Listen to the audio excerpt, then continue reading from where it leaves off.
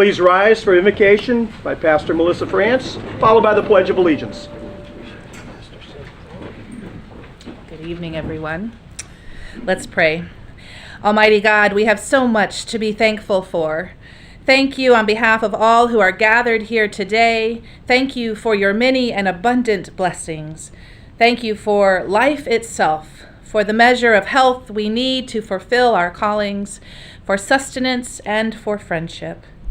Thank you for the ability to be involved in useful work and for the joy of welcoming new faces to take part in that work.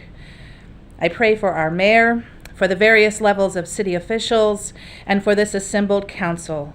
And I ask that you graciously grant them wisdom to govern amid the conflicting interests and issues of our times, a sense of the welfare and true needs of all our people, a keen thirst for justice and righteousness, confidence in what is good and fitting, the ability to work together in harmony even when differences arise, and for personal peace in their lives and joy in their work.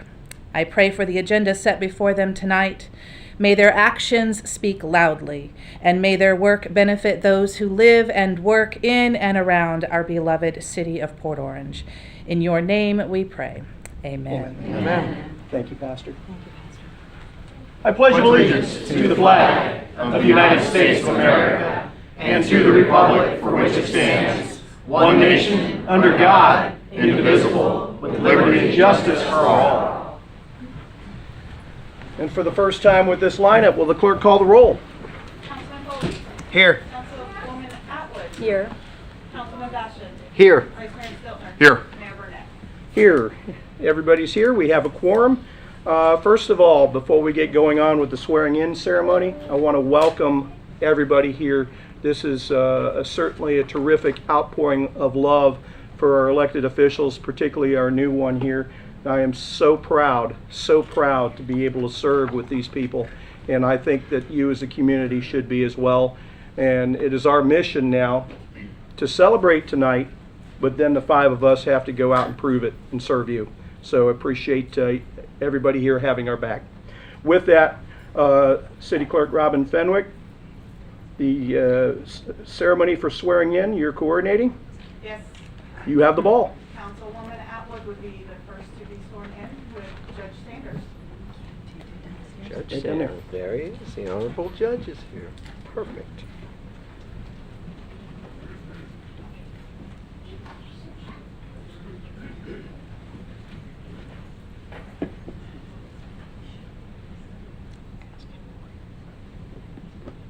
I state your name.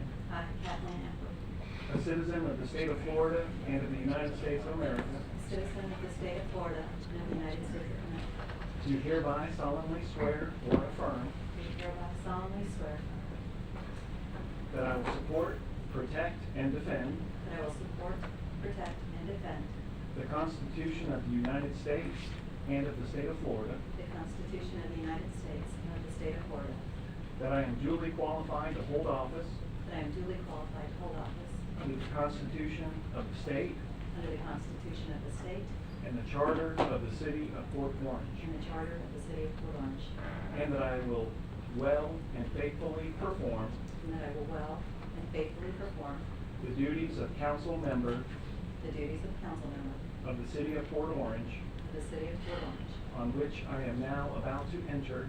on which I am about to now enter, So help me God. so help me God.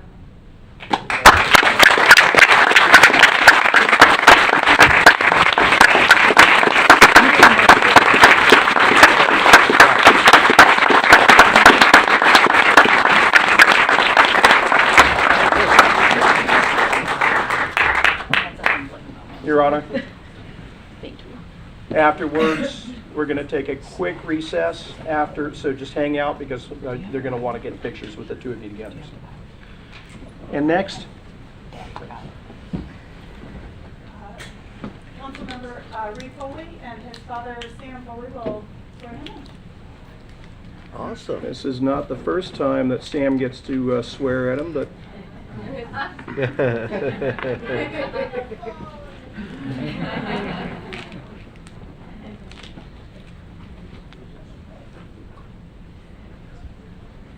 Ken, I'm gonna have to ask you, though, do you have it? Don't you have loved ones here, Reed? I do. Then why are they standing with you? Come on up, That's a great Greg. question. You got their back, they got to have yours. Come on, Noah. Come on, Noah. There we go. Noah's wearing beads. Dress up for vacation. Raise your right hand. I state your name. I, Jonathan Reed Foley, A citizen of the state of Florida and of the United States of America, a citizen of the state of Florida and the United States of America, do hereby solemnly swear or affirm do hereby solemnly swear or affirm that I will support, protect, and defend that I will support, protect, and defend the Constitution of the United States and of the state of Florida, the Constitution of the United States and of the state of Florida, that I am duly qualified to hold office under the Constitution of the state that I am duly qualified to hold office under the Constitution of the state and the charter of the city of Port Orange, and the charter of the city of Port Orange, and that I will faithfully perform my duties and I will faithfully perform my duties of council member of the city of Port Orange, of council member of the city of Port Orange, of which I am now about to enter. of which I am now about to enter. So help me God. So help me God.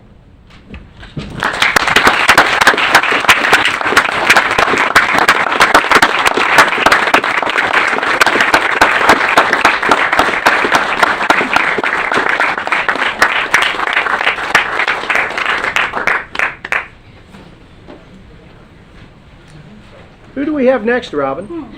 I got one more. Vice Mayor Stiltner.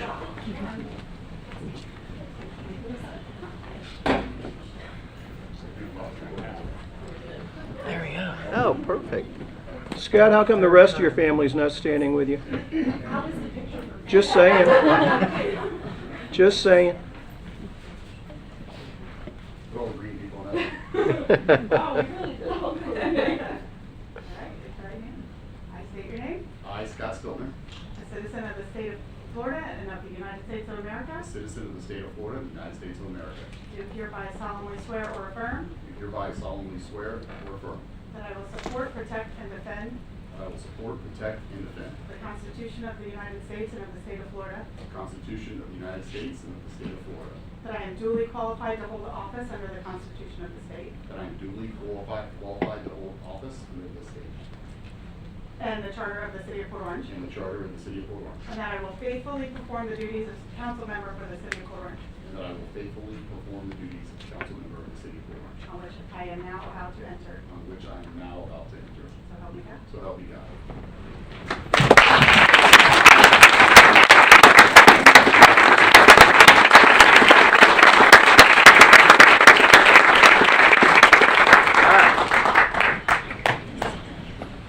Before we get on to the next item, at this point in time, I think it would be appropriate for the three people who were sworn in to have some initial remarks. I know that you'll have some people to thank, and I know certainly I am grateful for being able to serve the five of you, but keep in mind, I think there are more elected officials out there in the audience than there are up here tonight. So, Reed, you get the honor of going first. Sure. Welcome back for a full four.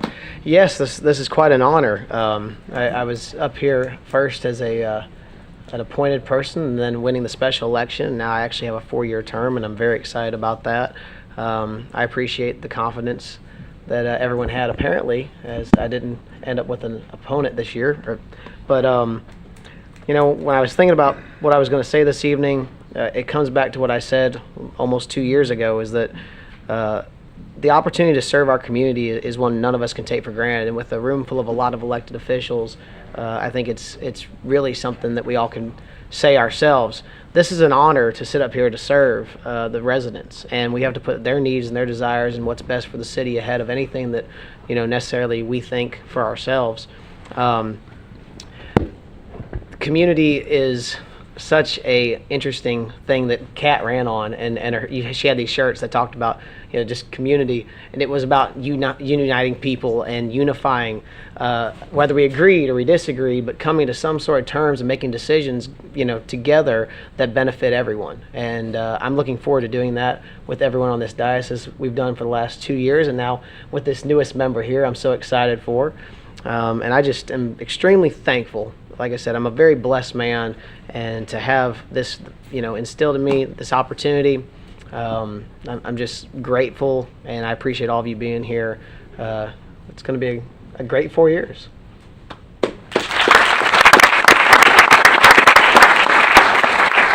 Well, that is the perfect segue. Kat, welcome. Thank you. Thank you. I'm humbled. I'm very humbled. My parents are in the audience. I have come from a family of an entire military service, and my brother is here. He currently serves as a fireman in DeLand.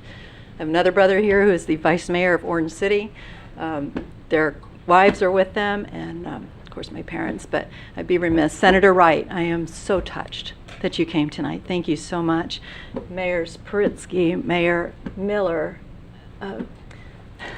Councilman Katamos. I couldn't even begin to start naming you all because I know I'll forget somebody and it would break my heart. But thank you so And much. yet somehow you have. Is that everybody? No. Really? No.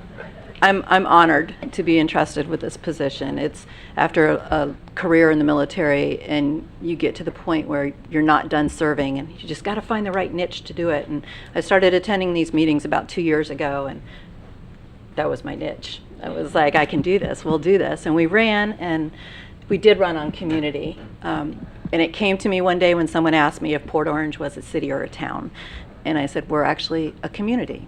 We're friends and neighbors who help each other out. And you watch anything that this Port Orange City does, and that's exactly how we come through the other side. So thank you so much for your trust. I'm humbled by it, and I will serve you well for 4 years. It will be my goal. Thank you.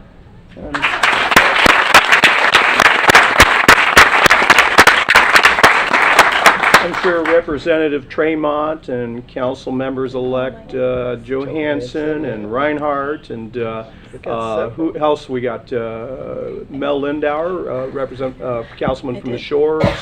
I'm so sorry, Chase. Newly elected Chase. Monica Parrish. Monica. Monica, yep. I'll Told tell you. you what, this is, I hope we got everybody, but elected official, or not, it doesn't matter. Everybody else that's in here, all of us, we are one big family. And you certainly know how I feel about family. And I've got a very close family, but we argue. Mm-hmm. But at the end of the day, we're family. Nobody comes between us. We have each other's back. And I am so glad to have you here because I know this is, we have a like ideology when it comes to family and community. And Appreciate that. blessed to have you. Who's this guy here? I don't know, but I don't think there's anything left to say, right? Yet But I'll say it somehow anyway. you're Yeah, going right? Well, I do want to thank Representative Tremont for the time that he served up on this council and also welcome Kat. I was reflecting, Kat, it seems like it was just a couple of weeks ago when you first talked to me and said, hey, I think this might be something I want to do. I know that was quite a while ago. And Kat did one of the things that I think we always encourage people to do when they tell us that they may want to do this someday. And we tell them, we say, go get involved, immerse yourself in the community, get involved in as much as you can in the community. I don't know that anybody's ever done it any better than Kat. And because every time I turn around, she's somewhere else. And in my mind, I'm like, I only have so many hours in my day, and somehow or another, she's managed to get extra hours. So welcome, Kat. We are honored to have you up here. I'm honored to be up here. I'm very thankful. I'm blessed to be able to serve the community, the city of Port Orange, in one capacity or another. I've been doing it since 1989, and I just love it. I just love the city we have. I love the people. I love the process of what we do. And we don't always get along. We always get along. We don't always agree, but we certainly agree to respect each other's opinions and differences. And somehow, in there, we figure out the right recipe, so to speak. And it's something I look forward to very much. I've had a great 8 years up here on the city council. It truly is a blessing and an honor. I have to thank my wife Julie and my family and my friends for allowing me to do this. Both your friends? Yeah, both of them. A lot of times there are times where I know they wonder, why do you want to do that? Because not every day is the day you hope every day would be like, and there's a lot of tough decisions and tough circumstances, and we just came through some of those over the last few months, and those are things that come unexpectedly, and we have to deal with them, and they're not easy to deal with. They are very troublesome. They create a lot of worry on the elected officials and our city staff. But we work through it as a group, and afterwards, in reflection, you look back on it and you're like, man, that's great. We got that done. Somebody had to step up and do that. We are very blessed to have an incredible city staff. Our city staff, I would put them up against anybody in the United States in municipal government. They are very talented. They are super hardworking. When we don't get it right, we figure out how to do it better next time, and that's the best we can really ask for. So thank you guys for everybody being here tonight. Thank you for always supporting the city of Port Orange. We've got, like Kat noted, and the mayor, we've got a lot of elected representatives from state, county, and other municipal governments. Port Orange can't ever do it by itself. I can assure you of that. And so we are very grateful for the relationships, the friendships, and the dedication back to the city of Port Orange and our residents. So thank you guys for coming out tonight.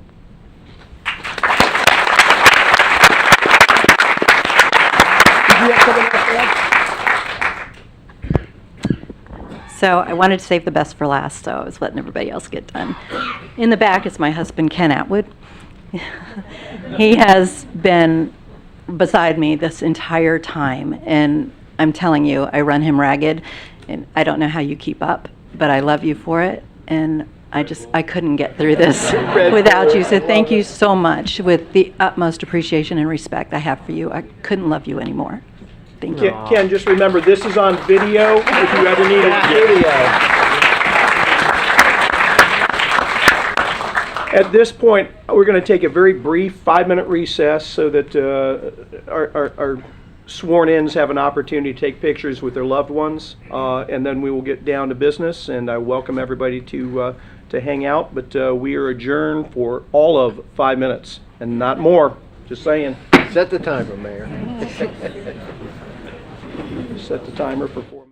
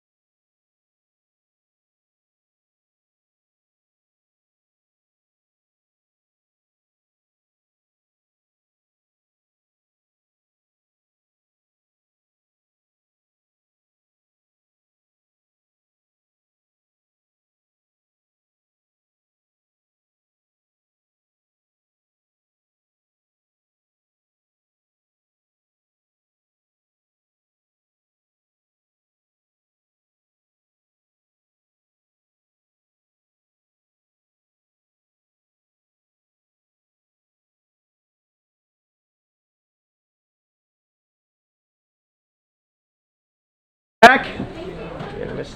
Once again, congratulations to everybody. I am looking forward to working with everyone up here as we move forward. Speaking of moving forward, the next item of business is the election of a vice mayor. I would entertain a motion. Mayor, I would like to nominate Councilman Reed Foley. I'll for vice second. Mayor. We have a nomination for Councilman Reed Foley for vice mayor and a proper second. Are there any other nominations? There being none, nominations are closed. All in favor for electing Reed Foley as the next vice mayor of the city of Port Orange, signify by saying aye. Aye. Aye. Any naysayers? The job is yours. Congratulations. Thank you. You are now the de facto parliamentarian, and well, you will be the de facto parliamentarian, and I've got to get used to turning my head in this direction. Yeah. But Well, you're going to have to move him over here. yeah, no. Close enough. Close enough. Appointment of council committees for 2023. Currently, we have 8 committees. Art House is open. General Employees Retirement Trust Fund has been Vice Mayor Stiltner. River to Sea Transportation has been Councilman Foley. Municipal Firefighters Pension Board is Reed Foley. Has been. Municipal Police Officers Retirement Trust has been Drew Bastian. I have taken the Port Orange South Daytona Chamber of Commerce and the Roundtable of Elected Officials, and First Step Shelter is also open. Does anybody want to do any switching or swapping of committees before, and no, you can't have mine, before we assign the last 2? Mayor, if everybody's okay with it, what I plan to do is make a motion to leave the assignments as they are, with Councilwoman Atwood taking Art House and First Step. If she's good with that. And you that's good your with motion. those? I am absolutely good. All right, so I moved. I Well, could second or- that. we have a motion and proper second to assign the following committees: Art House, Cat Atwood, General Employees Trust, Retirement Trust, Scott Stiltner; River to Sea TPO, Reed Foley; Municipal Firefighters Pension Board, Reed Foley; Municipal Police Officers Retirement Trust, Drew Bastian; Port Orange South Daytona Chamber of Commerce, Don Burnett; Roundtable of Elected Officials, Don Burnett; and First Step Shelter to Cat Atwood. We have a motion and second. Any other discussion? Any other motions? There being none, all in favor signify by saying aye. Aye. Committees have been assigned. Public comments on the consent agenda? Yeah, I'm looking at you, Robert. Come on up. What you got for us tonight? Mayor, council members, Robert Reinhagen. I'd like to speak about item 15, the city reorganization chart. This item eliminates the deputy city manager position and creates 2 assistant city managers, one for community service, one for internal services. I find it hard to believe that it will have no fiscal impact. While the new chart seems to eliminate the executive assistant office manager, this is a non-supervisory position, and would I don't think it would equal in pay the same as an assistant city manager. The new assistant city manager for community services will include code enforcement, which will presumably be transferred out of the police department. I do not understand the rationale for doing this. How code enforcement provides any unique community services that would differentiate them from, say, animal control, or the rest of the police department, or the fire department. The move of code enforcement seems to do little but provide a sufficient sized workforce to justify the new position. The new assistant city manager position also disrupts the chain of command that currently flows from the city manager to the deputy when the city manager is not available. I ask that you reject this item and send it back for further study. Thank you. Thanks, Thank Robert. you. Anyone else want to comment on the consent agenda? Okay. Can I have a motion to approve the agenda for the evening? So moved. Second. We have a motion to approve the agenda for the meeting. All in favor signify by saying aye. Aye. No naysayers? The agenda for the evening is approved. Can I have a motion to approve the consent agenda items 9 through 16? So moved. Second. We have a motion proper second for the consent agenda approval. Call the roll. Councilman Foley, Yes. Councilwoman Atwood, Yes. Councilman Bastian, Yes. Vice Mayor Stiltner. Yes. Mayor Burnett. Yes, 5-0. Consent agenda passes. That brings us to the hurricane update. Wayne, what have you got for us? Or I should say hurricanes update. I'm going to do a brief update. If you have more detailed questions, we do have the staff here and the specific disciplines to help out.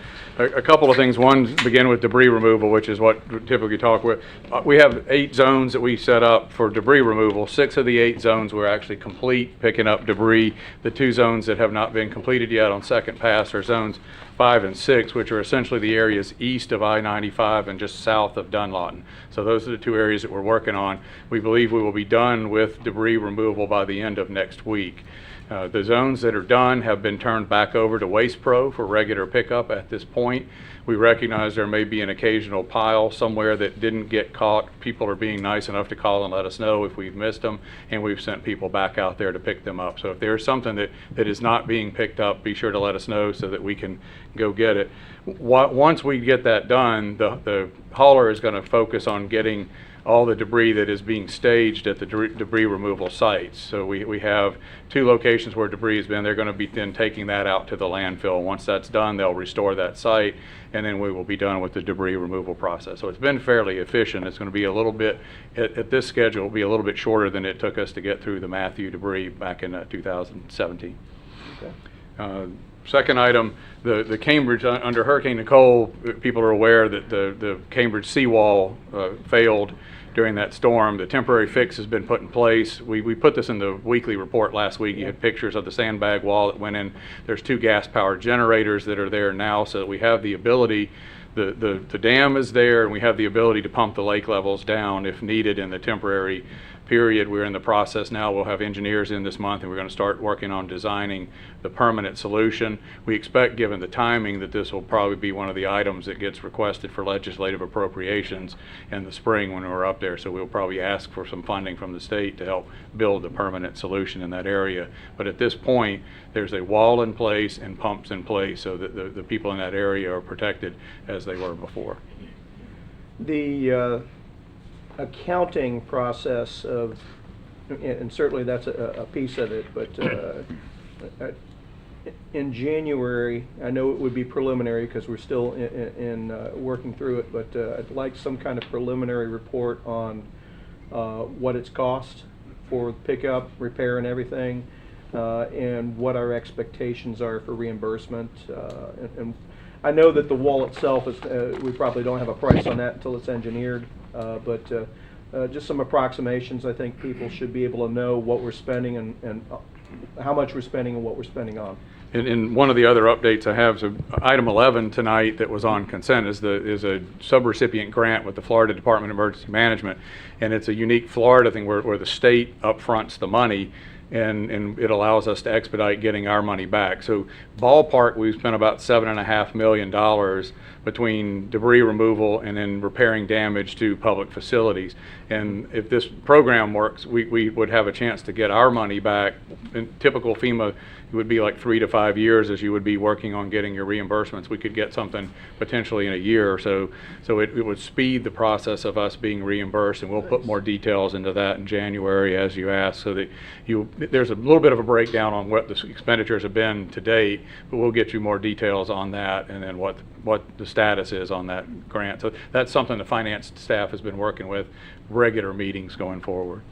And then the last part of this is just, there were a couple of areas where we had streets washed out or pipes that were hanging. There were a couple of infrastructure issues that we did emergency repairs for. We have completed the Lazy Creek and Devon repairs. Those are done. Okay. The repairs that are at Madeline, Twin Gates, and there's a section east of Silver Sands where there was a ditch washout. All 3 of those, we have contractors, but they're waiting on materials and parts in order to get in there and finish them. So we have 2 complete and 3 soon to be complete. We'll continue to update you as those go forward. Very good. And that completes everything I had, unless you have other questions. Questions for the city manager on hurricane update? Yeah. Go ahead. At some point, Wayne, I want to also make sure that, and I guess maybe you can let us know when you need this, but I want to make sure we've got a pretty comprehensive debriefing of everything post-storm related. I think we do a really great job leading up to the storm, but every time we do one of these storms, unfortunately, we learn stuff and we get a little bit better and better and better, but we see things a little bit differently, and I know all the storms are a little bit different to that as well. But I do want to make sure that we get opportunity for all of us to gather our thoughts, get them all to you. Same thing with staff, and kind of put that in some type of a debrief structure that we can look at, so that we have those for the future storms to kind of reflect back on. One thing that I want to talk about as we establish contracts for future debris haulers is, and correct me if I'm wrong, but my understanding is the way it is now is the debris haulers, once we activate them, they get to select the routes that they want to take and where they go, right? Is that kind of the concept? I wouldn't say that it's just there's input from staff on how to break it down, and what they ask us to give them all the roads, all the private streets, and so we help them with setting those up. So I would say there's a little bit of a partnership in that. And that's good then. That's actually good to hear. But I just want to make sure that as we establish those contracts, that we have the control, the authority to send those resources into the areas that have been hit the hardest first. I know there's a strategy there, and we try to give everybody a little bit of time, but the reality of what we see mostly storm after storm after storm is our residents don't sit around. They get to work as soon as that storm's over. And a lot of this debris is piled up, ready to go in the hardest hit areas within 48 hours. And I just want to be able to get those resources into those hardest areas as quick as possible. So I just want to make sure as we move forward to future contracts, and I know that'll be something we'll have to do, that we're thinking about that, and we're able to make sure that we will have that kind of control to do that. I also, and I've sent you an email on it, I know I've had a brief discussion on it. I want to improve our ability as a city to start responding and doing things right away better than we can today, whether that's picking up a couple of really long heavy duty debris trailers, something that maybe can be used for other things around the city, but adding that stuff to our inventory so that as quick as possible post-storm we can start making a big impact. And looking around, that type of equipment doesn't cost all that much, and I think it will become very, very useful for us, because there is a lot of people don't understand, and I get that, but there's some lag time at post-storm that it takes to get the debris haulers in, get them established, get the inspections done, and activate all that. But in the meantime, I want to make sure we have the ability, a better ability than we have today, and we have some to do some things that we can a little bit quicker. So just want to put that out there. And we have two vehicles that we were using within a week of the hurricane. The Friday after the hurricane, we had the hauler on site with certified vehicles. I think they had 4 out 7 days after the storm. And as you described, it's exactly what occurred. They went from 4 to 8 to 15, and then the pace really picked up in November, rolling through. So what we did is we had our vehicle certified at the same time, so that we were able to get out there, and then we had Waste Pro doing some supplementary work. So trying our best, though, because the debris, about $5 million of that cost is debris removal, so we do want to be very careful that that's a lot of money, that if we can find a way to do it and get it reimbursed, it helps us in the future. And for the rest of the council, because I've had this conversation one-on-one with Wayne, the other thing I want to look at going forward is a lot of our communities and our neighborhoods have HOA properties, and they have common areas within those HOA areas. We actually have quite a few.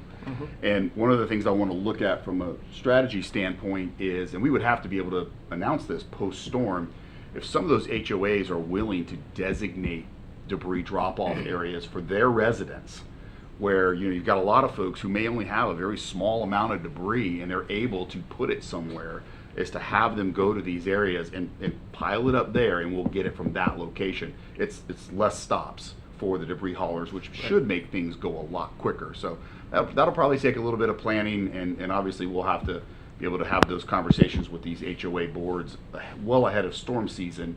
But at least in some of the really bigger HOA communities around Port Orange, we could make a huge impact in the timeline if we can decrease the amount of times the trucks have to pull up put down the stabilizer gear, load, unload, all that kind of stuff. So just something to keep in mind. I think it's a really good idea. I just wonder, with the damage that those claw trucks do to the right of ways, which I know, I don't know about you, but I've had so many residents call. They're upset about what's happened between the drainage ditch and the sidewalk, which, I mean, that's Port Orange right of way. I don't know if HOAs would let their common areas be a drop spot for that, but if we can have those conversations now before the next storm, and they are willing to, that's a great idea.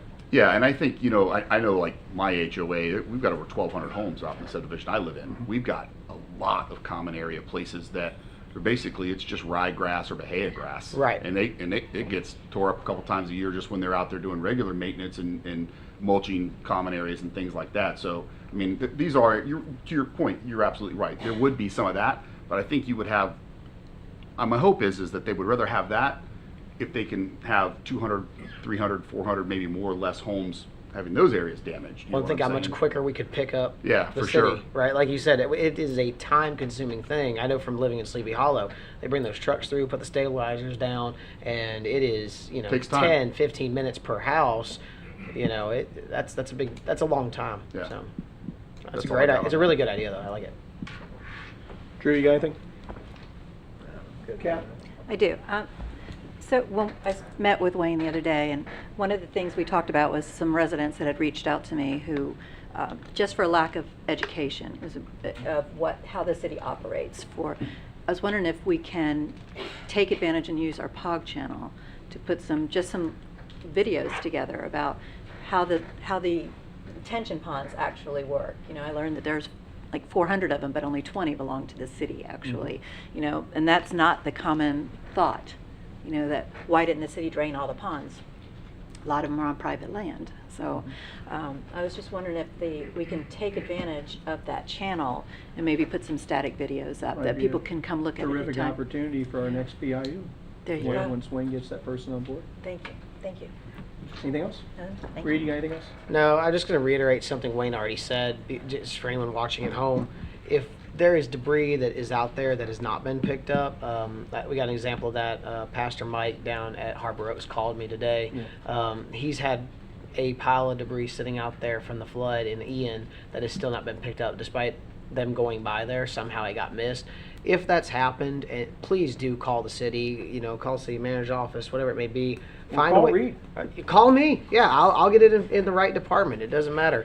But, you know, we want to get that stuff picked up because how much longer, Wayne, this is the only question I had, how much longer can we expect those trucks to be making rounds? They're probably done late next week, and then we'll have Waste Pro and our own people doing it from that point forward. So if anybody sees, you know, flood damage, whatever it may be, and we need to get to it because it was overlooked, let us know before the end of next week so that way we can have them get out there and get it.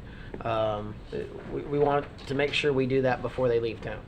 And we've had our staff drive the entire routes too, but it's a big city and a lot of cul-de-sacs and a lot of roads, so it's just the human nature that you might miss something. So if we didn't see it, just let us know it wasn't intentional. We Right. just need help us out. Very good. Would anyone here care to speak to the item? There being none, moving on.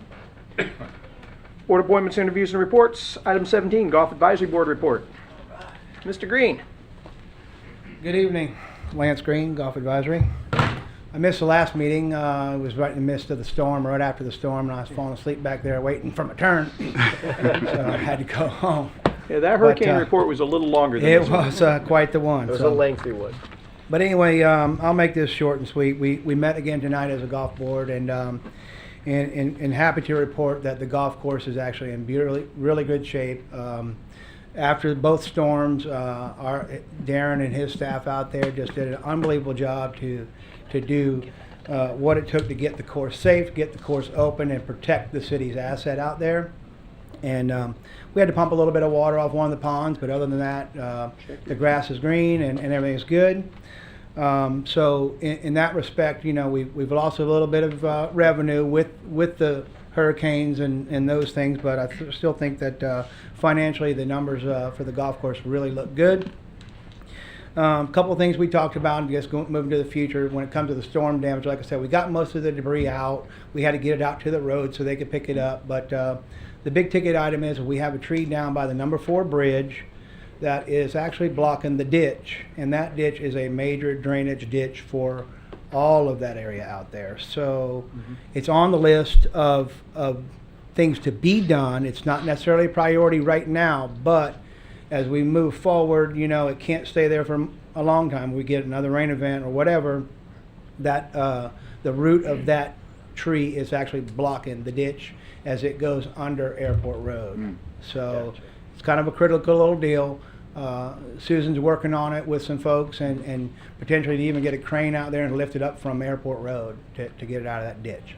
But other than that, like I said, we've got some trees down that are in the outside areas of the play area. It's really not affecting anything. It's not affecting play unless you really are, you know, maybe like Reed and in the woods. So, but if you're not in the woods, you're okay. Like I said, the course is in beautiful shape, and the guys out there are just doing a great job. We've got our new guy on board from Kemper.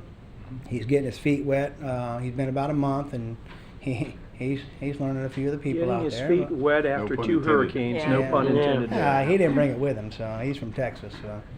But other than that, like I said, we went to some great lengths to plant plants along all these shores to stabilize the banks, and for the most part, it all worked. As far as 14 goes, we lost no ground. We planted plants in 12 other spots, and all of them are still growing. Everything's great in that respect. So I think that erosion issue that we've been talking about is going to heal itself if we just keep growing in. So other than that, again, we had a discussion about the cart paths, and we got to continue to have a budget to replace and or repair cart paths every single year from now until eternity. And after the storm like we had, the whole place was underwater. The cart paths are still moving. You know what I mean? It's on a swamp, and hopefully we don't get, you know, too much more damage, but we've got areas that are a hazard right now that the staff out there is working on getting replaced right away. We got some bids on it from Sparks Concrete to come out there and do about 5 or 6 different spots that are really, really bad. And again, every year we just need to continue to budget to keep fixing cart paths. Most of them are from tree roots because the course is so mature. Other than that, the numbers look good and we're in great shape. On the brink of the busy season, too. Yeah. Questions? Questions for Mr. Green? Just a fair warning, I'll be out there Friday. Oh, Not boy. with that So thorough make sure report. they've got the golf carts filled with sand. Cover your windows, And Lance. Lance, I understand there may have been a gator removed from there a short time ago? Yeah. A few weeks back, maybe? Yeah. Okay. One of the ponds. Yeah. We live in Florida. He was quite the character of the neighborhood, and I guess allegedly he had a conflict with someone, and he decided to take his life. Probably was a So- Seminoles fan. I don't know, but I just can't believe it myself. But I'm just really, really surprised that we would shoot an alligator out there. But Lance, We'll thank you let very that much. report Merry happen. Christmas to you and your family. thank you so much, guys. Take Thanks, care. Lance. Appreciate you. Thanks, Lance. See you, Lance. Public participation non-agenda. Robin, do we have any? No, sir. Okay. Council comments. Why don't we start with the Vice Mayor? Thanks, Mayor. I've actually got a few items I want to go through, so I'll try to keep them brief, but some things that I want to make sure that the council's getting a chance to talk about. We've touched on this. Wayne, I'd really like to see if the council is in agreement, at least an initial timeline kind of laid out in writing for us on an initiative to put an expansion of our athletic facility on a bond initiative for 2024. We talk a lot about this over the last few years and how fast that need is growing. My concern is it'll sneak up on us really quick if we don't have at least a timeline to a working document of sorts, so that we are all planning where that needs to be, and so we can be ready to do that if that's what we decide we want to do. And so I need to be able to see at least what does that timeline look like, what would some of those steps that we need to accomplish in the meantime look like, things like that. So if council, if there's consensus to have the city manager do that, I'd like to have you at least put together almost like a rough draft timeline for us, if you would. It's probably going to take at least a workshop and maybe even a public charrette of sorts, because we have to nail down what we want to put in. Yeah. You know, we've already got a wonderful multi-purpose facility at Karasi that you can't use for multiple purposes at once because you don't have sufficient parking. Right. So there's a lot that we need to nail down exactly what it is that we want to do. You can't, so that we can figure out what it's going to cost. And Yeah. Well, and I think that's exactly what I want to see in the timeline. I want to see the workshops and all those things that we got to do that have to be checked off the list, so to speak. Parks and Rec Board has But- already done a lot of hard work on But it. we're only talking what, 20 months? That's going to go by quick, really quick. So if it's our intent to have something for the voters to consider, then we need to be working on that pretty diligently. What else you got? We had any progress, on any grant opportunities for public dockage for the Riverwalk area? Any fine grants, anything like that coming up that we can be taking advantage of? I think I don't know if you remember the timelines on it, that we will be asking for them, but we don't have any at this point. Okay. If you can just keep us up to speed on that, that would be good. You touched on this. I just want to bring it up again. I'm really concerned about the stormwater runoff coming off the Kings Landing property. There's definitely some issues going on there. When you go out and you stand in the area, you can just see it. I mean, I don't know that you have to necessarily be an engineer, and I don't mean any disrespect to that. I don't mean it to come out like that, but to see that there's some issues going on there for sure. And on both sides, not only into the Southport area, but also into the Hamlet area. And from the storms going out there in the Hamlet area, you can definitely see a considerable amount of runoff is coming off into the Hamlet area. And the problem is that, at least as I see it, is I know there's a drainage ditch that borders those two communities that feeds into a retention pond, but it's not a pond that we can pump down. And it's in fact, it just goes from the pond and rises up to the storm grates and into the neighborhood, and the neighborhood has to retain it. So it's not like it's going to be water that we could move. And it's not only currently, while it's in construction, you're not just getting the water runoff, but it's actually running off on a lot of the sand, and it's filling the culverts and the drainage area. So I want to make sure that we're doing everything there that we can do. If the and I don't know what the process is, but if it's not right to hold their drainage, then we need to be looking at stopping and suspending construction out there until it's right. It's gotta be right. I know we've had some residents have got some concerns about a buffer area. Wayne, you could speak to that if you can just let us know a little bit about that. But I just want to make sure that the council is very aware of it. I definitely think there's some concerns and issues out there. The residents, their concerns are very, very valid. You can go out there when it's raining and see it coming off the property. So can you just touch on some of that, Wayne? I don't know that there's an engineering problem at that level. The staff is going to go back out there and look. But the drainage system, what we need to do is, it's easier to show you that. It's kind of hard to verbalize, showing how the water comes across the property. It goes north. There's a pond behind the elementary school that contributes in that area substantially. The area that's drained, the dirt area we talked about during the hurricane, there was a dirt mound that was blocking the street to keep people from, when it was an empty lot, people were taking four-wheelers and motorcycles and going into the empty lot. And so they put a dirt mound up there to block the road. That dirt mound washed down into the ditch during the storm. So that was where most of that dirt came from. So instead of it being, so we just not have them put a dirt pile back up there. So that was one of the challenges we ran into. There's older areas with drainage issues in there that are fairly complex. So it's kind of hard, like I say, without having a graphic to be able to show you where the water flows and what the issues are. But we will have staff go back out there. There's a swale along the northern section of the Kings Landing subdivision, the northeast side, that abuts against a couple of lots that got put in during the construction of the stormwater infrastructure. I think it was a couple years back when I wasn't here. And that swale, we need to go back and look and make sure that it's still graded appropriately and maintained, that the water's still moving through it. As I understand from speaking to some of the residents, it moves in the right direction. So we just need to double check the grades and make sure that it's moving through there. But I think there's more complicated factors than, I don't think it's to say that the King's Landing site is a failure. I think there's multiple things going on in that area causing those concerns, and not so much that you would say one development didn't do something as much as it's a combination of factors between the pond, the ditches, and the nature of how that was built years ago. So it's just a very complex response, and not something Sure. without graphics it's easy to explain. And maybe what you could do is if you could put that to follow back up with us on maybe one of the January meetings, and your city manager comments is fine. Okay. That'd be helpful. I don't expect you to have the answer for this tonight, but also if you could take a look at the status of the airport park court lights. Residents are getting concerned. I guess we're looking to replace or have a contractor come out to repair and replace some of the lights in the airport park area.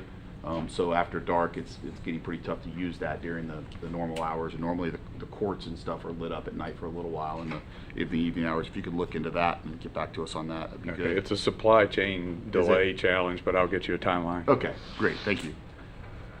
And then this one has been on my list for a little while, and I know you're checking on it, just for the council, because I know we get questions about this and we all probably note it, but I've asked Wayne to really keep an eye on the Port Orange Pavilion Plaza and their light systems or their lighting out there. They have just got a tremendous amount of lights not working. And as we've kind of moved into the holiday shopping season, there are a lot of places around the plaza that I think should be lit up a lot better. Yeah, I was. And they're it just was- not. It was pitiful. Yeah. It's terrible. It looks I- like maybe they got a couple of them, some bulbs put in or something, because there was a lot, but there's well over 50 that are still not lit up that are supposed to be lit up in the parking areas and stuff like that. So it makes it easier for our police department. It makes it safer. There's a lot of parking areas that are actually behind some of the buildings, and they're just really, really dark. And so, Safety, period. yeah, I've asked Wayne to work with code Absolutely. enforcement and stay on top of that, of course. That's all I got tonight. Drew, what do you have? Well, I'll kind of parlay off his lighting issue, and I mentioned it to Wayne last week. The newer street lighting project on Dunlawton is there on the south side of Dunlawton. From the railroad tracks down, there's more lights out than are working. And I was driving through there just the other night. And so it's significantly on the south side. The north side has 4 or 5 scattered lights out, but the south side is really bad. And so I know you told me there were some issues with a part or something, but I just want to make sure that doesn't get pushed back too far, so we can get those up and running. Same thing that we've heard from the pavilion. There's a switching component of it that's burnt out, and Okay. you can't get them. And so we're like 3, 6, 9 months waiting on parts to come in. Same That's- issue on the Dunlawton Bridge. Yeah, I was- and I it's was the same gonna thing that's bring going that on. up. I mean, Same that thing just- happened at the pavilion. Is they're not Literally. they got the lights on that they can get on, but the ones without the Yeah. switching equipment they can't turn on. It just kind of blows my mind that project's like 2 years old and the parts are obsolete, or is it It just got a- damaged between Okay. the hurricanes, and then during the maintenance Gotcha. project, DOT did some damage. So Okay. they didn't go bad as much as they got damaged by Okay. outside factors. Okay. I don't know the answer on why pavilions went out, but everybody's telling us it's the same switching components related to lights, and they can't get those parts. So, because we've had code enforcement go after to pavilion people to let them know that, and of course they've got special events that they won't be able to hold if they can't stay in compliant with codes. Gotcha. Anything else? Nope. Reed, what you got? So I was going to bring up the lights on the Dunlawton Bridge. I already talked to Wayne about it, but I'm guessing we've got no more updates other than it's the same situation there. I hope FPL will consider replacing those while they're at it with the LEDs. They're going over there if they're going to be replacing them anyway, because it would sure be nice. But let's see here. First off, I want to give a shout out to Cops for Christmas. Saw some of their photos online. They did an awesome job. Got to talk to Wayne Jean about it. It seemed like it was just an awesome You job. just took one off my list. Hey, see, that's payback. See, I was there, exactly, but I was there Saturday morning when they had a tremendous turnout of people helping them wrapping. That's what he had said. Yeah, Yes. I had a different charity event that I was setting up for that day, but it looked awesome. All the photos online, and that just goes back to what you talk about, just community and this city working together. The fact that they take that initiative and do something like that to give back to the community, that's above and beyond. That is not in the job description, and kudos to all of them. Absolutely love that, Chief. That's great. Also, loved the parade on Sunday. Had a great time. It was so wonderful to see such a great turnout. A lot of residents come over. I think a lot of non-residents even showed up to our parade this year, and it's just wonderful to see events like that go on. And I thought it was smooth. Just always good. Love seeing events like that. And speaking of parks and rec and putting on programs, make sure that you guys, if you don't know already, there's a dinosaur hunt going on at 4 of the parks, right? And so Noah's already gone and done one of them. He's out to collect them all. Well, he's pretend like they're Pokemon. But he's enjoying that, and I know a lot of kids are. So if you know anybody with families and kids, tell them make sure they get out and do it. It's really nice that our staff, again, goes above and beyond and comes up with things like that for the community, for families to go and do. So I think that's awesome. All good things for me. All right. Kat, what you got for us tonight? It's really hard to be last. You guys took everything. No, We had the bridge you lights. won't be last next time. The dinosaur hunt, Parks and Rec. I can tell you, we got.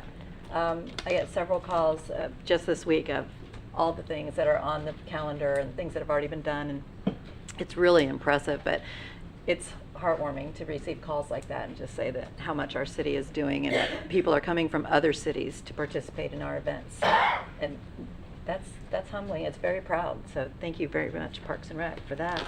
And Cops for Christmas too. I had some calls about that, and I love it.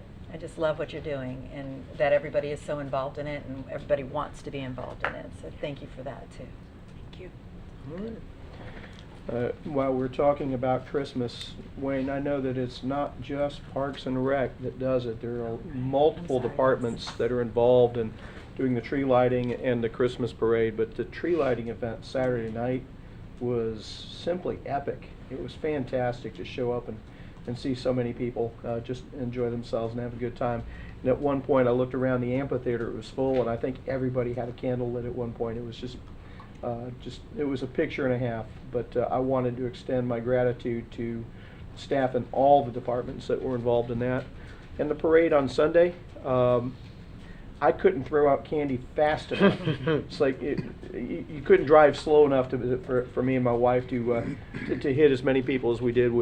It was a phenomenal event. It's great to see so many people out taking a breath and enjoying themselves. And if you haven't taken the time, those of you at home, to drive through City Center, just take a drive through City Center in the evening on the way to whatever it is you're doing. It's beautiful. And check out the new lights, the new tree lights, as all the way around the lake, and the displays as well. If that doesn't put you in the Christmas spirit, nothing will. Get your family photos. Absolutely. I also wanted to pass along some information in regards to the hurricanes. If FEMA contacts you and you didn't file a claim, it's probably not FEMA. There's a lot of identity theft going on out there. So if you are not sure, there's a lot of information on the Volusia County website about what you can and cannot do, what's available, SBA loans, the whole 9 yards.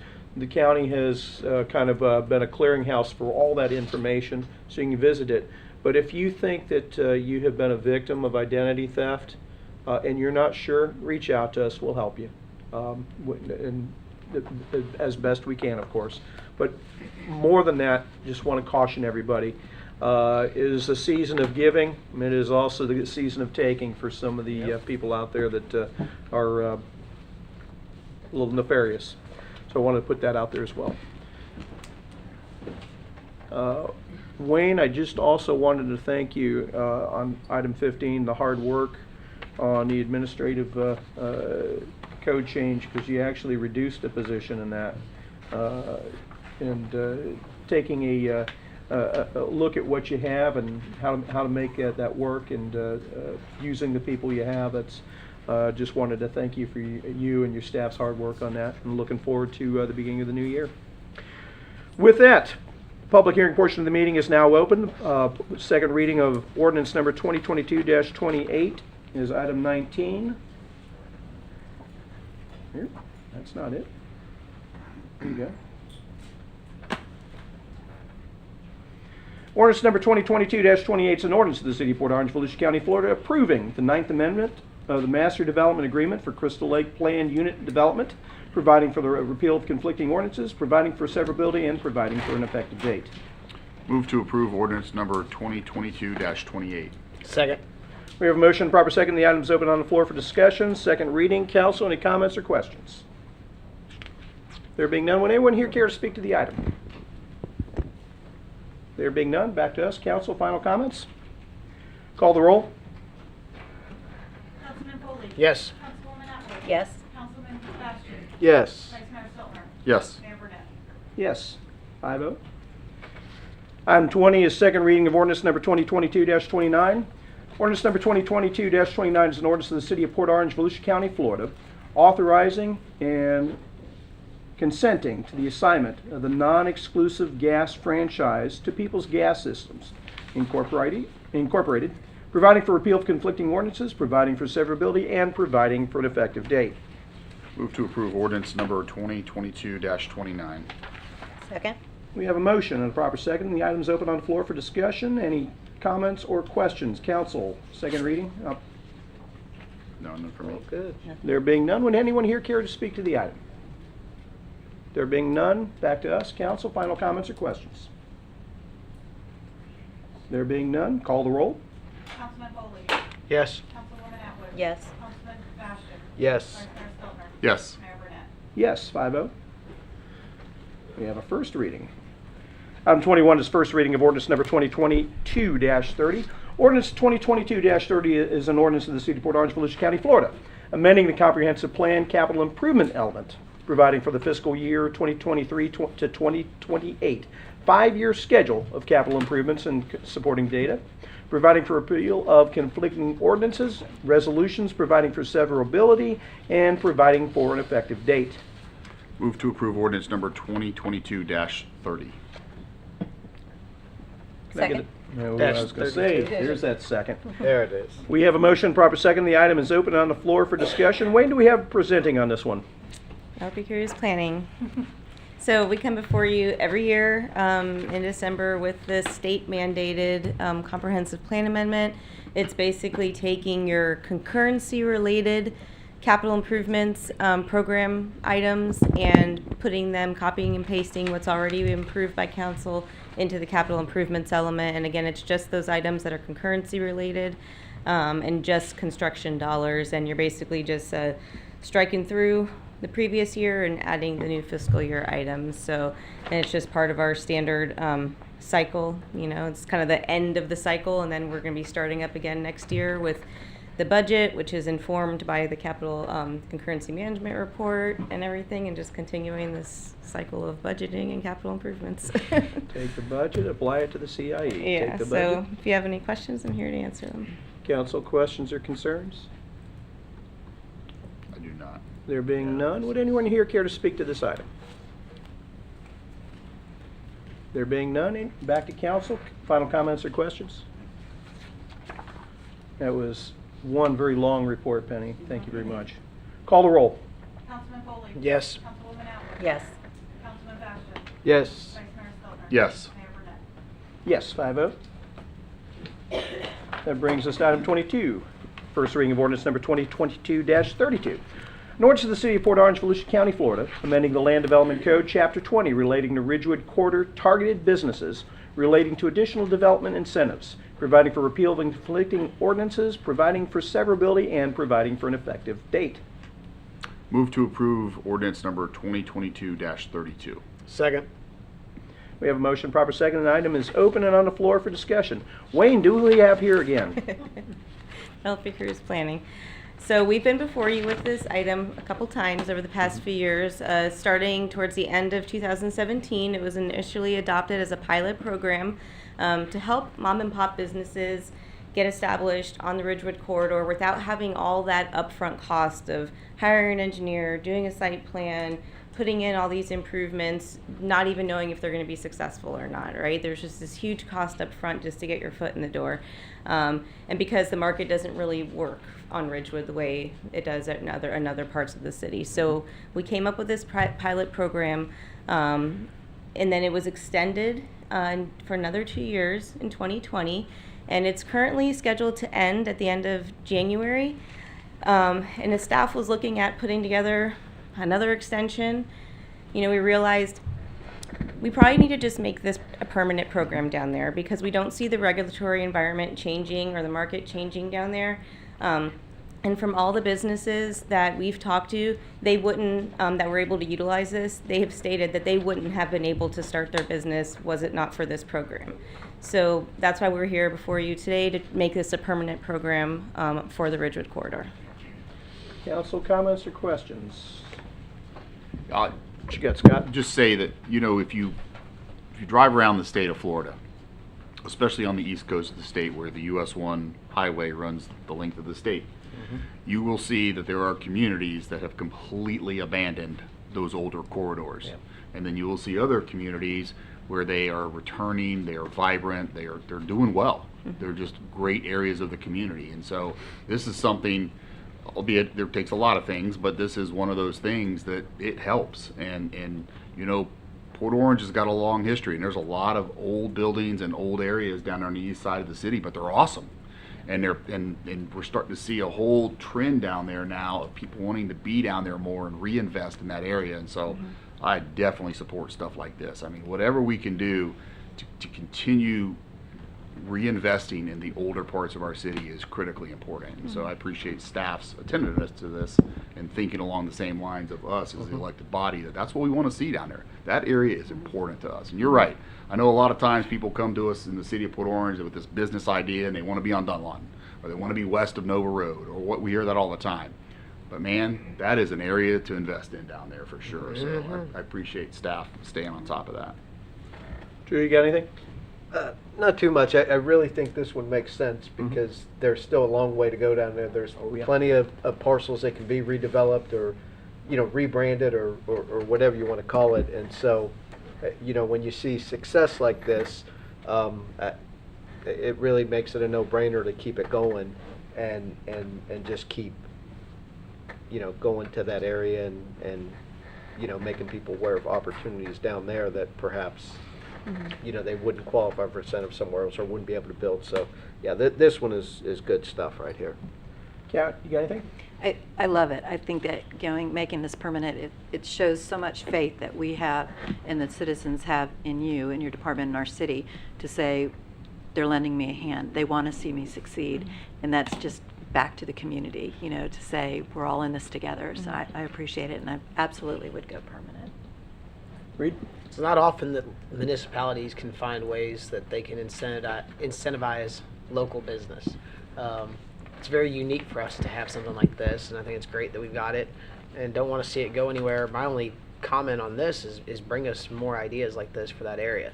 Yeah. If staff can think of anything and drum up what other cities are doing, I'd like to dream of a day that we wouldn't need this, but I don't see that being any more than 30 or more years away, and want to just continue the progress. So Well, definitely, at least you'll be around then. hopefully, we'll see. But anyway, no. But I do think it's a great program, and we just love any more ideas staff have that falls into this area for that area. Would want to hear those out, definitely. One thing I like about it is this encompasses the river district. It's regardless of CRA boundaries, whereas you were using the CRA to target larger businesses. This is mom and pops throughout the entire river district, and I appreciate you and staff working on this as well. Would anyone here care to speak to the item? There being none, back to us. Council, final comments or questions? There being none, call the roll. Councilman Foley? Yes. Councilwoman Atwood? Yes. Councilman Bastian? Yes. Vice Mayor Stiltner? Yes. Mayor Burnett? Yes, 5-0. The public hearing portion of the meeting is now closed. Item 23, additional items, city attorney. Nothing to report. That is a report as excellent as the one Matt gives, I tell you. Thank you, Shannon. Outstanding. At least I didn't cut you off the way I cut him. City manager? I don't have anything additional either. Very good. That brings us to city council committee reports, fire pension plan. Reed, you got anything? I don't know that I have anything good to say about our last meeting, the pension looks bad in terms of performance, and I brought that up to the current plan manager. I suggested that we actually look at that plan top to bottom, every position. I wanted to talk about the plan administrator down to the wow, why is that word escaping me? I'm going to be upset with myself for this. But the plan manager, actuary, that was the word I was trying to think of. Just top down. I want the plan looked at. When you look at it against similar plans, I think it's performing not as well as the rest of them. And it's really interesting. There was a point brought up that to really compare apples to apples, you got to find another department that has the same amount of employees with the same amount of contributions and similar benefits. And I understand all of that, but ultimately, as far as the actual performance of the investments, it's not doing as well as anything else we have. If you go look at the online, the state of Florida has some great things. Actually, Foster & Foster, who's the actuary, has a wonderful report of everything that every single plan they work for, and our plan is in the bottom 25% in almost each one of those, which is just so disheartening. I think our city, I think our fire employees deserve better. I think our residents deserve better, because people don't realize this, but whatever the plan does not end up funding, then that fund ratio has to come out of our fund balance, and that's money we can't use for other things. So the better that plan performs, the less of a gap the city has to make up for. Also, the better that plan performs, the better benefits we can discuss as a council that we may want to give to our firefighters. So overall, it was a hard meeting to have those conversations, because while there's 5 people appointed to that, as a lot of those meetings, there was only 3 people present. So it's hard to, you have a majority, but you want everyone to be in those conversations because you're still dealing with $35+ million, and you have 5 people who are supposed to be in the seats. So I understand the hesitancy by the other members, but I'm going to continue to push for progress on that plan. So that's my report. It's not very friendly and it's not very fun, but it's hard. It's hard work, and it's just honest facts about what's going on there. Keep the gloves on. Councilman, what were their performance numbers for FY22? Drew, I'll tell you what. I'll forward an email to all of you with the report that we have. I'm just curious. I have them written down. Actually, here. I'm not trying to put you on the spot. I have them somewhere. It's just actually, I think it'd be better if you just share the data without sharing. Here you can share an opinion, but email you can share the data, and then we can all examine it. Yeah, at you our can own all pace. take a look at that, because I think it's important that you be brought up to speed. I have it in here somewhere, and I could I'll find look it, for but it was disappointing. Let me just say one more time: keep the gloves on. Yeah, I got to echo that. Oh, here, the quarter was down 11.4%. And I don't have year to date on that one, but I'll send the whole thing over. Very good. Police pension plan, Drew. Okay, I have that report. So, quarter, the plan was down for the fiscal year, of course, as all investments were. The quarter was down just shy of 4.2%. Fiscal year to date, the plan lost 13. Just a tick over 13%. So what that means numbers-wise, June 30th, the plan was valued at over $51.3 million, and September 30th, it was valued at $49.6 million. So it suffered a significant loss. However, as of November 17th, the day of the meeting, it had recouped all those losses, and it is now valued at over $52.3 million. So it comes and goes, but it was not a good year for any of our pension plans, really. And that, that market suffered, but it was, there was a good clip October and part of November, so it recouped, over $2.7 million. So, that's good news. And I got the numbers from all the way back from 10/1 of 1995. So that's 27 years, and the plan has averaged 6.85%. The rate of return for FRS, the assumed rate of return, is 6.8, and the the assumed rate of return for our plan is 6.95. So long term, which you got to take in effect, we're not far off what they're assuming. We're in the ballpark, and so I'm looking forward to obviously a better year in fiscal year 22-23. Accountability, gentlemen. Yep. Yeah, Mayor, Accountability. I just think that it's really important. And I don't know that we've done this. We got to own some of this, but I don't know that we've done it as well as we could have, and we need to do it better moving forward. But there are plans all over the state of Florida. It's not like there aren't plans that we can compare to all of our pension plans, by the way.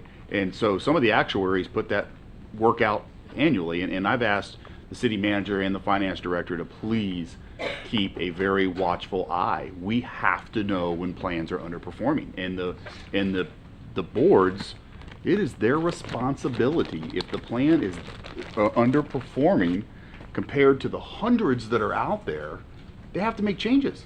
They have to do that. It's their responsibility. It's what they got to do. It's part of managing the plan. They're not comfortable, but it's what we've got to do, because those plans are incredibly important, and the funding of them is incredibly important. The taxpayers invest millions and millions and millions of dollars, and so it's our responsibility and the boards to make sure that we are comparing them. We need to see how does each one of these plans stack up against another 100 plans in the state, or 200 plans, or 400 plans, or whatever. But there has to be some mechanism to do that, and it's not that hard because the information's out there. It's all public record. It's public record. So- I mean, if you owned a restaurant or you Nobody's owned hiding it. any business, right? You would, and you weren't performing well, you would have started evaluating. Where do I need to make changes? What's not operating at full steam? I actually forgot to mention this, and I'm just going to bring it up because I'm talking again. We found out that there may have been an incorrect assumption in our actuarial studies, and that one of the benefits was being given to us one way and being told to the employees a different way. And so that's working on being corrected. These things can't happen when you have a plan that is $40 million. That is a lot of money that is invested for these firefighters' retirement, and they've been serving their city. They've earned this. They've worked for it. It is one of the benefits.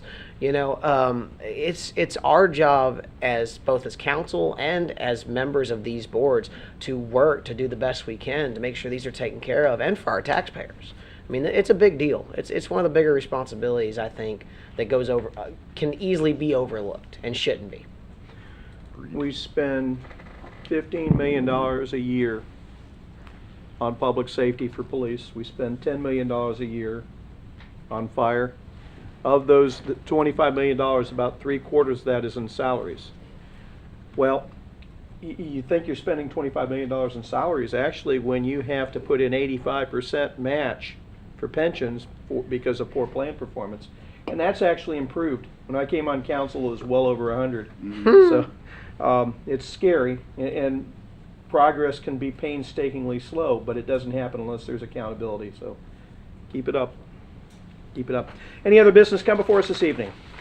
Just a schedule reminder, it is December, so we're meeting the first and second Tuesdays of the month instead of the first and third. So we'll be back here next week. Merry Christmas, everybody. Have a good night.